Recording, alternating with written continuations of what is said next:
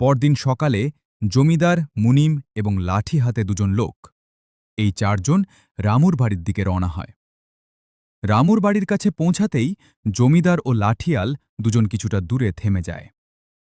মুনিম রামুর গেটের সামনে গিয়ে ডাক দেয়, ওহে রামু ভাই, বাইরে এসো, আমি পাশের গ্রাম থেকেই এসেছি। রামু ঘরের ভেতর শুয়ে থেকে ভাবে, নিশ্চয় জমিদার হবে, আমি আজ গেট খুলবই না।